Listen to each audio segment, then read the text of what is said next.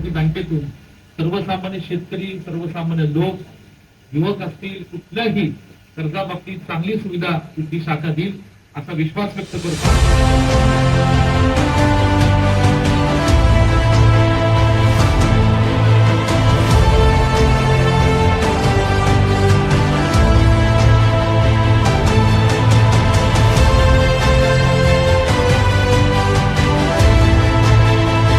शेतकऱ्यांच्या प्रत्येक गावोगावी पाणी पोचल्यानंतर जे काही पिकांचं आणि खास करून ऊसाच्या पिकाचं जे उत्पन्न झालं त्यातून खऱ्या अर्थाने या तालुक्यातली उलाढाल वाढली, आर्थिक उलाढाल।